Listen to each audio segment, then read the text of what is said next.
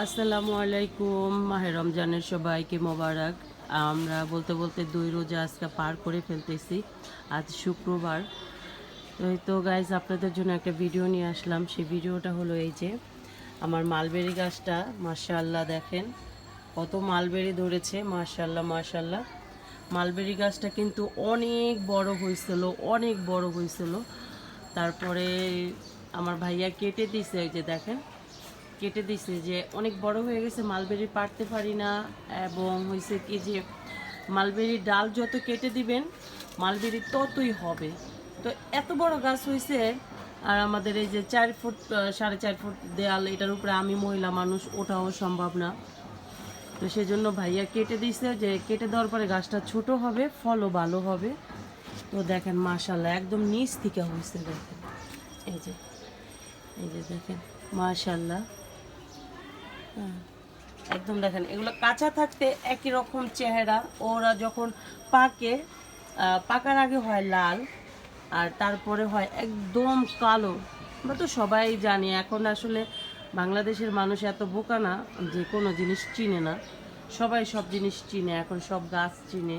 প্রযুক্তি আমাদেরকে অনেক আগায় নিয়ে গেছে। যাই হোক, আমার এই মালবেরি গাছটার দেখতে কেমন, আর মালবেরিগুলো দেখে সবাই মাশাআল্লাহ বলবেন। দেখেন একদম ওর গা ফেটে ফেটে ডাল বের হচ্ছে, আর ডাল থেকেই মালবেরি, একদম ডাল বের হয় মালবেরি হয়ে যায়। হ্যাঁ, এই যে দেখেন ছোট ছোট ডালে থেকে কতগুলা করে হয়েছে, 5-6টা করে হয়েছে। এই যে এটাতে দেখেন, এই যে এটাতে দেখেন। এরপরে আমার ওই যে দূরে দেখেন একটা মালবেরি গাছ দেখা যেতেছে। এইটাতে মাশাআল্লাহ দিলে এত মালবেরি হয়েছে, কি বলবো। এটা এই ফার্স্টে এত মালবেরি হয়েছে। এটাও দেখেন কত বড় হয়েছে। হ্যাঁ, দেখেন কত মালবেরি দেখছেন। এটা হচ্ছে দূরেরটা, মানে দেয়ালের ওই পাশেরটা এটা।